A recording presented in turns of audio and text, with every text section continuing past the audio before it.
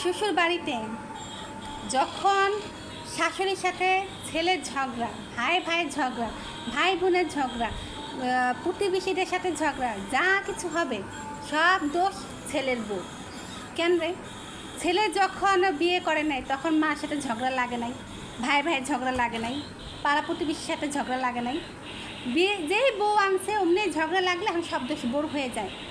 আমার একটা প্রশ্ন, যে যদি একটা ছেলের বউর ক্ষেত্রে যদি শাশুড়ি এই মন্তব্য থাকে যে আমার ছেলের সাথে আমার ঝগড়া, আমার ছেলের সাথে যে ঝগড়া, এগুলো সব ছেলের বউর দোষ, তো উনিও তো কোনো একটা সময় ছেলের বউ ছিল, তো ওনার সংসার যখন কোনো গ্যাঞ্জাম লাগতো তখন কি উনি নিজেকে দোষারোপ করতো? সেই ক্ষেত্রে উনি সাধু আর আমার সংসারে আমি দোষী হয়ে যাই না? কেন রে ভাই?